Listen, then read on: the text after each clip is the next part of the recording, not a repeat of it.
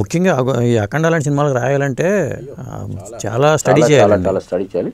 అలాగే ఆయనతో కూర్చుని డిస్కస్ చేసేవాళ్ళం. అలాగే రత్నం గారు ఈ సినిమాకి మెయిన్ అసెట్. అసలు ఇన్విజిబుల్గా ఉంటాడు ఆయన, కనిపించడు మాకు. బట్ ఆయన డైలాగు చెప్పేటప్పుడు ఆయనే గుర్తొస్తుంటాడు నాకు. సినిమాలో అసలు తక్కువ డైలాగ్స్ ఉన్న మోస్ట్ ఈ మధ్యకాలంలో very powerful dialogues. Hats off to Ratnam గారు.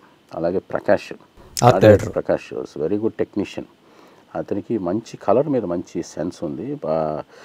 గబుక్కుని ఆయన ఫోన్ చేసి అడుగుతాడు, రామప్రసాద్ గారు మీకు సెట్ ఇది పంపించారా అని జోక్స్ వేసుకుంటూ చెప్పడం. ఈ కలర్ ప్యాలెట్ నేను యాక్చువల్గా పెళ్లి కూతురు టైంలో ఈ సీక్వెన్స్, ఈ పెళ్ళి ఫిక్స్ అయ్యే సీన్ ఒకటి ఉంటుంది. యాక్చువల్గా చాపలేసి కింద కూర్చోబెట్టాం. బట్ నా కెమెరాకి కిందకి వెళ్ళిపోయింది, ఆ కింద కూర్చుంది, లేకపోతే మనం పైకి ఎత్తాలి అనే ఇది వచ్చింది. అది ఆర్టిఫిషియల్ యాక్చువల్గా అయితే. ఓకే, జనరల్గా అలా చేయరు. నాకు లేదండి, నేను కింద క్రాప్ చేసుకుంటాను, అది కింద కూర్చున్నట్టే చూపిస్తానండి, కొంచెం నాకు కావాలి అని చెప్తున్నప్పుడు ఇమ్మీడియట్గా చేంజ్డ్ సో మెనీ థింగ్స్. అవన్నీ కూడా ఆన్ స్పాట్లో ఇంప్రూవైజేషన్స్. ఆర్ట్ డైరెక్టర్ మార్నింగ్ వచ్చి అతను కరెక్ట్గా సెట్ అయిందా లేదా అనే టెక్నీషియన్, వెరీ గుడ్ టెక్నీషియన్. ఆయన ఒకడు సమ్ సీజీ టెక్నీషియన్స్ నా వెనకే ఉండేవాళ్ళు. అండ్ చాలా బ్యూటిఫుల్గా వర్కౌట్ అయింది సినిమా. నరేంద్ర అని సీజీ టెక్నీషియన్, ఈ వాజ్ విత్ మీ టోటల్గా. యాక్చువల్గా ఏంటంటే చాలా వరకు మేము ఏం చేసామంటే కొన్ని చోట్ల మనకి ఆ బ్యాక్గ్రౌండ్స్ దొరకవు, అవన్నీ తీసుకొచ్చి ఇక్కడ పేస్ట్ చేయడం. సో ఫైనల్గా అతను ఒకటి చాలా బాగా చేశాడు.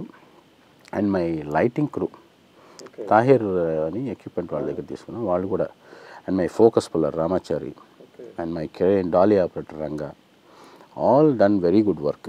I'm especially thanking them. మరి బీజిఎం ఈ సినిమాకి బాగా హైలైట్ అయింది. మరి తమన్ గారు ఏమైనా చర్చకు వచ్చి అట్లా వచ్చే అవకాశం ఉంటుందా అసలు? జనరల్గా ఒకసారి వచ్చినట్టున్నారు, నేను పెద్దగా చూడలేదు. ఒకసారి వచ్చారు, ఒకసారి లొకేషన్ సాంగ్ జరుగుతున్నప్పుడు ఈ కేమ్. తను బిజీగా ఉంటాడు కదా, తనకి ఈయన నోట్స్ ఇచ్చి ఉంటారు. జనరల్గా నోట్స్ ఇస్తారు. ఆయన ఫస్ట్ హాఫ్ చూసిన తర్వాత కూడా ఎక్స్ట్రాడనరీ విజువల్స్ అండి, ఈ డి నాట్ ఎక్స్పెక్ట్. మంచి విజువల్స్ అండి, దీనికి బ్రహ్మాండంగా ఉంటుందని పాపం తను చాలా మూడ్ తోటి చేశారు డెఫినెట్గా. నాకు దీనికి ముందు కూడా దేవిశ్రీ ప్రసాద్ గారు కూడా ఇలాగే అన్నారు, మంచి స్పేస్ ఉంది రామప్రసాద్ గారు, వాట్ ఫెంటాస్టిక్. ఆ ప్లేస్ ఇవ్వటం వలన, వాళ్ళ గ్యాప్ ఇవ్వటం వల్ల బాగా వాళ్ళు చేయగలగటానికి ఒక స్కోప్ ఇచ్చాం. మ్యూజిక్ డైరెక్టర్ చేయాలన్నా మేము స్కోప్ ఇవ్వాలి కదా, బాగా బ్లండ్ అయింది. అంటే ఆల్ టెక్నీషియన్స్ దీని మీద ఈక్వల్గా కాన్సన్ట్రేట్ చేశారనేది క్లియర్గా అర్థమవుతుంది సినిమాకి. కొంతమంది కనిపించినా కనిపించకపోయినా. So that's what. చాలామంది హీరోలతో మీరు పనిచేశారు, వీళ్ళలో ఎవరు ప్రత్యేకత ఏంటండి అసలు? చాలామంది హీరోలతో మనం ఆది సినిమా కూడా మీరే ఉంది కదా? ఎస్ ఆది కానీ ఎన్టీఆర్తో వర్క్ చేశాను, ప్రభాస్తో వర్క్ చేశాను, తర్వాత మహేష్ బాబుతో వర్క్ చేశాను, మురారి. అవును సార్. తర్వాత జగపతి బాబు గారితో ఫస్ట్ హనుమాన్ జంక్షన్ చేశాను. తర్వాత సినిమా నాకు లెజెండే, మధ్యలో ఎక్కడ చేయలేదు. ఓకే.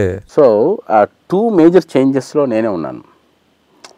అది నాకు ఒక హ్యాపీయెస్ట్ మూమెంట్. జగపతి బాబు గారితో అసలు ఎప్పుడు సినిమా చేయలే. ఫస్ట్ టైము హనుమాన్ జంక్షన్ చేశాను. దాంట్లో డిఫరెంట్ క్యారెక్టర్, ఆయన ఆల్రెడీ హీరోగా ఎస్టాబ్లిష్ అయిన నాకు ఎన్టీ మోహన్ గారు, దీంట్లో డిఫరెంట్ క్యారెక్టర్ రామప్రసాద్, మనం చాలా డిఫరెంట్. అక్కడ మేకప్ లేకుండా చేసాం. యాక్చువల్గా హనుమాన్ జంక్షన్లో మేకప్ లేకుండా చేసాం. ఒక్కొక్కసారి ఆయన, ఎందుకంటే ఆయన స్కిన్ టోను బాగా మ్యాచ్ అయింది మేము అనుకున్న క్యారెక్టర్కి. అవును, అందుకనే మేకప్ లేకుండా చేసాం. ఒక్కొక్కసారి ఆయన కళ్ళు రెడ్గా ఉండాలని మేము యూజ్ సమ్ ఒక లైనర్ అని వాడాం, చాలా బాగా వచ్చింది. దాని తర్వాత నెక్స్ట్ పనిచేసింది లెజెండ్.